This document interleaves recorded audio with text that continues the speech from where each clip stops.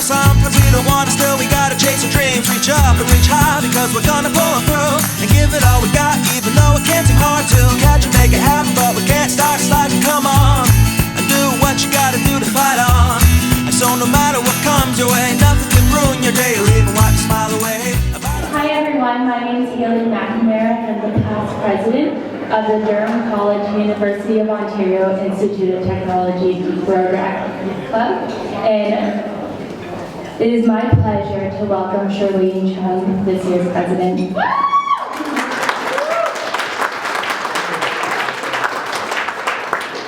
On behalf of the Durham College and University of Ontario Institute of Technology Rotaract Club, we'd like to extend a warm welcome to our friends, family, and Rotarians for their support in tonight's event.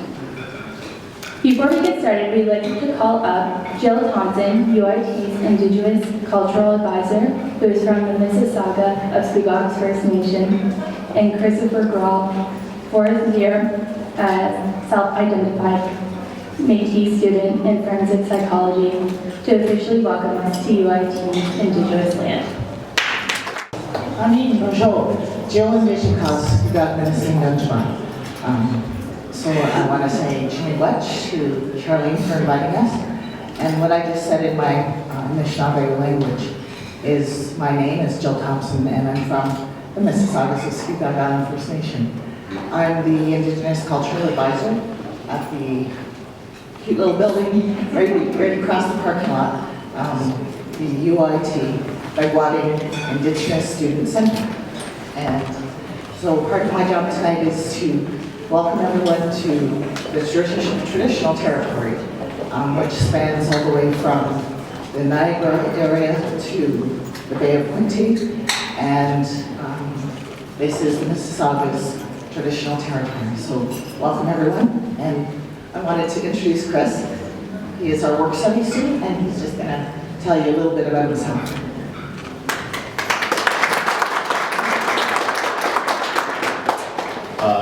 As was already announced, I self-identify as Métis, and I didn't start doing so until I came here to start my forensic psychology degree. And so whenever I'm asked to talk about the center, I tend to talk from my own experience, because when I came to the university, I knew nothing of my heritage or my background, and I find that's important. That's how a lot of the students who come from these backgrounds may feel. And so I grew up in Oshawa. I had never been to a powwow. I didn't know anything about ceremonies or any of these aspects of my heritage, and through the what was at the time the Aboriginal Resource Center and the staff there, I got to begin interacting with other students, and it was students learning from students. I learned from other students who were from different areas around, different Indigenous communities around Ontario, so Tyendinaga or Kirk Lake.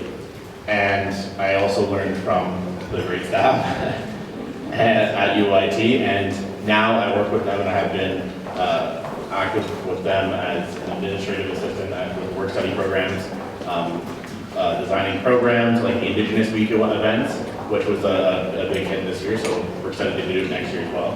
And also, we've organized sweat lodges, we do sponging ceremonies, and it's awesome to see that student support. So I speak from experience when I say that Indigenous community is here on campus, and yeah.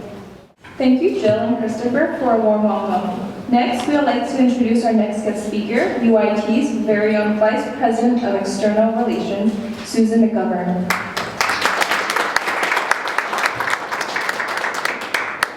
Thank you very much. It's nice to be here tonight, and what we used to call the Aboriginal Resource Center, which the short form was ARC. We sort of like that.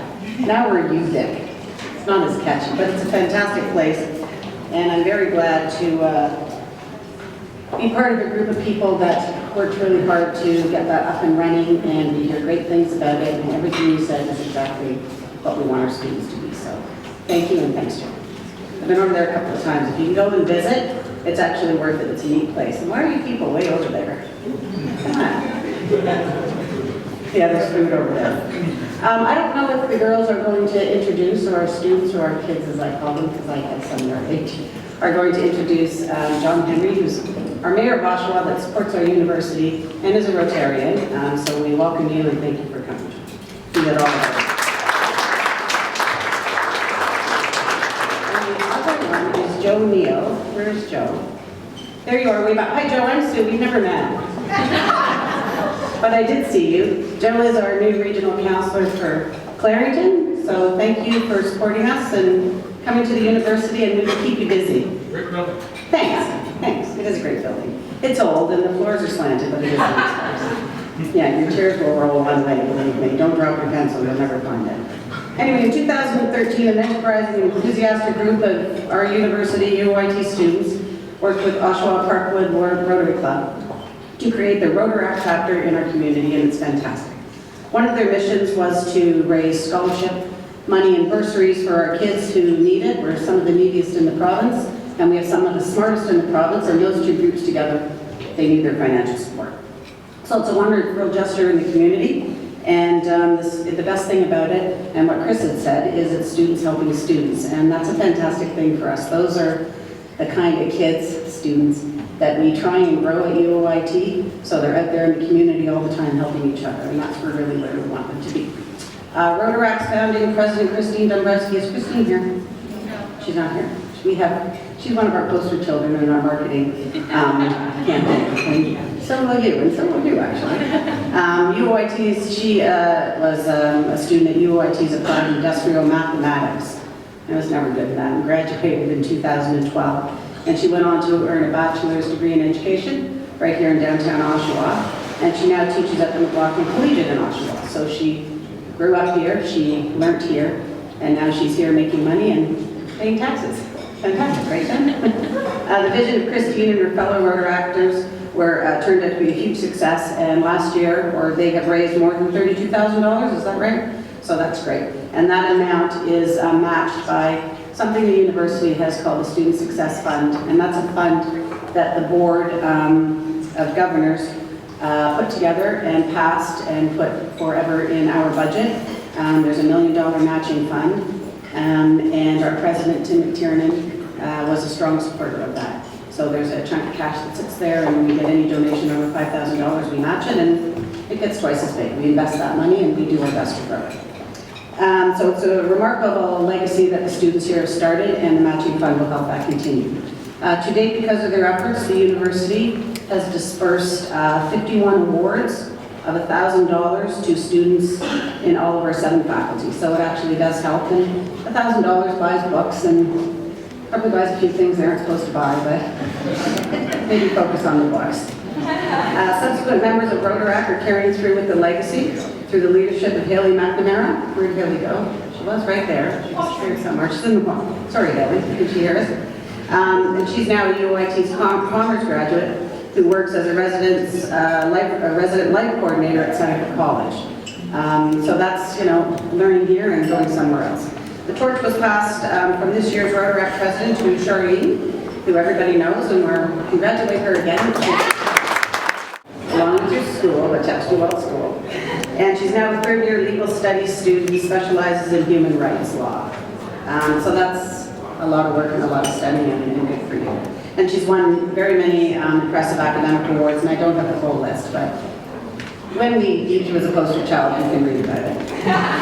So our university and our current students and our future students are very grateful to all of you in this room again for supporting a cause like this. And thank you to the Rotaract Club. Bob Strickard is here. There he is. He does a lot. I know all of you do, and we really appreciate that.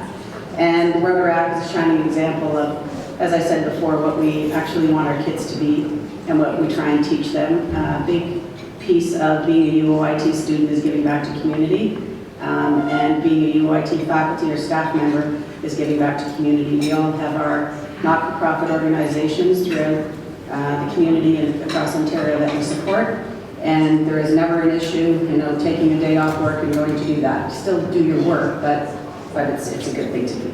So thank you very much to the Oshawa Parkwoods Rotary Club for sponsoring this event and for helping to get the UOIT Rotaract Club continuing to support our young students and to be part of the community, and it teaches them that this will be a way of life forever, right, Bob? You've been doing it for a long time, so have I, so have others in the room, so we thank you very much for that. Thank you, Sue McGovern, for your continued support to the University of Ontario Institute of Technology. As students and alumni, we sincerely appreciate you taking the time to come out to our event tonight and to help support UIT students and the Scholars Reception for 2015. From last year's event, we were able to support 26 students throughout 16 scholarships and 10 bursaries awards. As a club, we hope to continue supporting students by providing them with the opportunities to attend post-secondary education. None of this would be possible without our DC, UIT, Rotaract executive and general members, and we would like to take a second to recognize all their hard work and dedication throughout the year.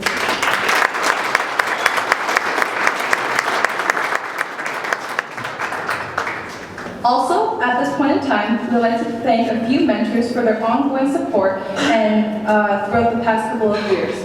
Without these Rotarians, again, this event would not have been possible to accomplish.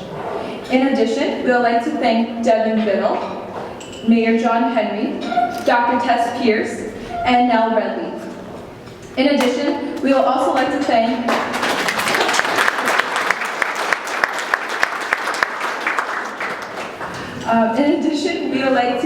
the many Rotary Clubs of District 7070 for the continuous support and inspiration to continue to empower us to light up Rotary.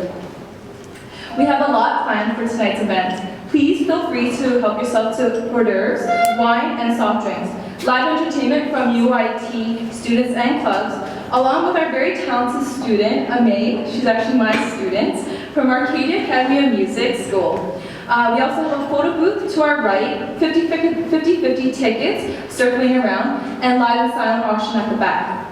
Later on this evening, we'll be welcoming our two UIT alumni, guest speakers, and entertainment from other UIT clubs. We hope to enjoy your evening. Thank you so much.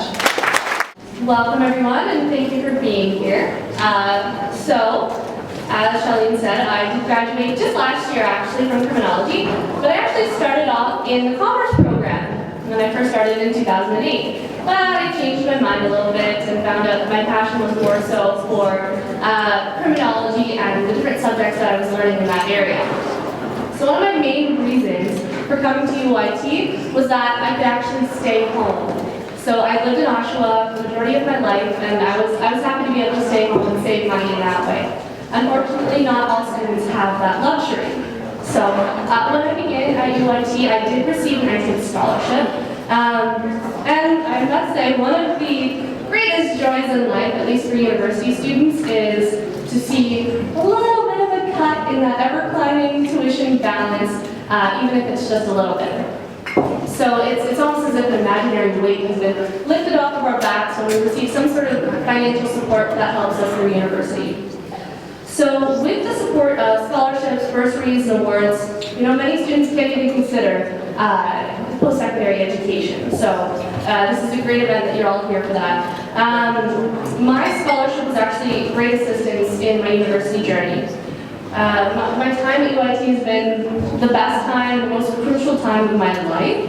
So the opportunities, the experience, the knowledge that I've gained from UIT has made me who I am today. A better person, a better leader, and a better scholar.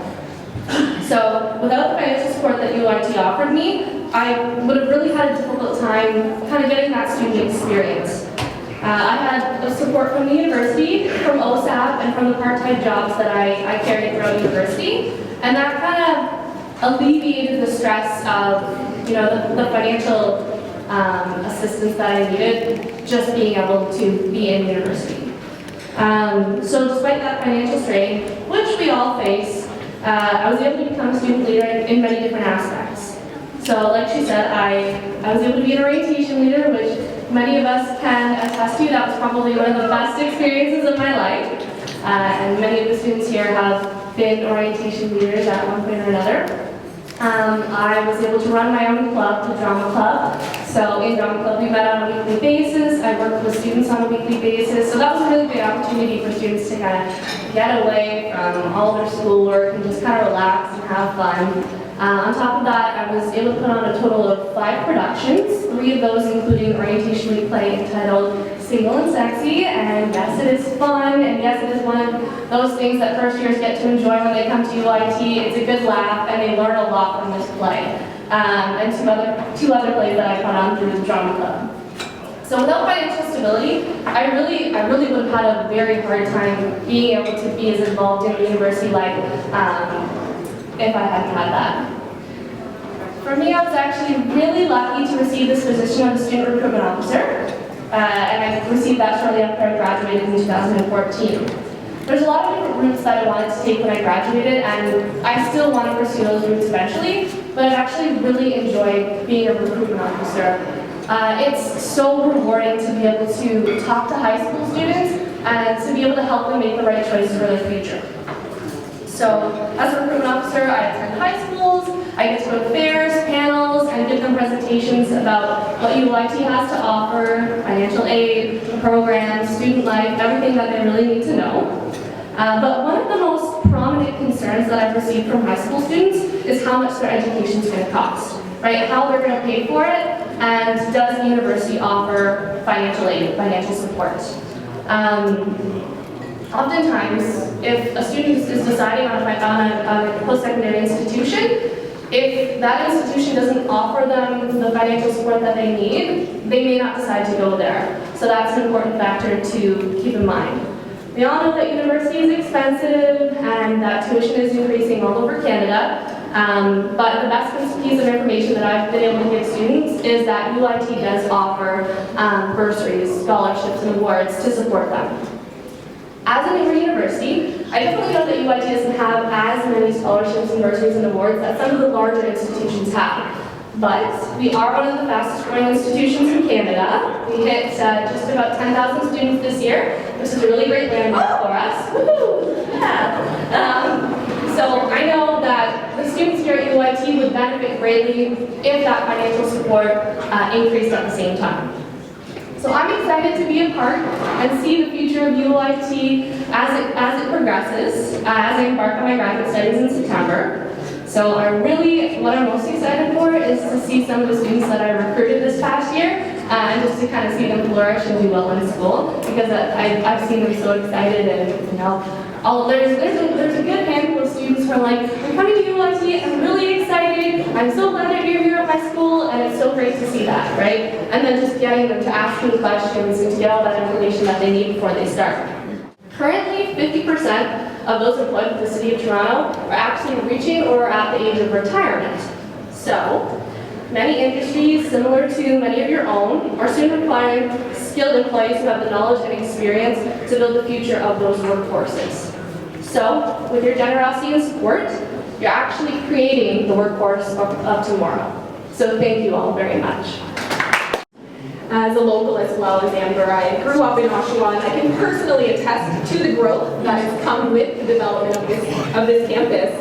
The expansion that I've witnessed as a direct result of the school's existence, in fact. I was on campus for the celebration of the school's 10th year, and I watched the homecoming events bloom and get bigger and bigger every single year. We have higher caliber guest speakers every time, and the bands are bigger and better. I am a graduate of the Concurrent Education Program. I attended from 2007 to 2011, as Charlene mentioned, and I earned a Bachelor of Science focusing in math and physics. My love of science and learning was completely fostered at a place like UOIT, and the close-knit faculties and the small class sizes really made all of the difference. It's a special and rare environment. I know that when I compare stories with family and friends, none of them have had this experience from their post-secondary education. It was amazing to know my professors knew my names, they knew when I missed class, and they knew how I was progressing in the course. I think that's unheard of on most campuses. In my first year as an undergraduate, I became aware of a program at a club named Rotaract, and this caught my interest right away as a service club. I love giving back, and this was such a great opportunity. I was blown away by the empowerment that I felt from helping others with my community, and I really saw an impact. I really loved, especially my own project, was working on raising the roof every February. You know those toques with the little home on them, and they support homelessness. And we particularly made our proceeds for the Durham Youth House in Ajax, where we not only donated the proceeds, but also several hats for that. It was a fantastic time and one of my fondest memories from university. Being a young teacher has blessed my practice tremendously. You know, on one hand, I can be very discouraged by the current climate in teaching. And on the other hand, I find that the relationships I have with my students are far more genuine and deep because of my age and experience.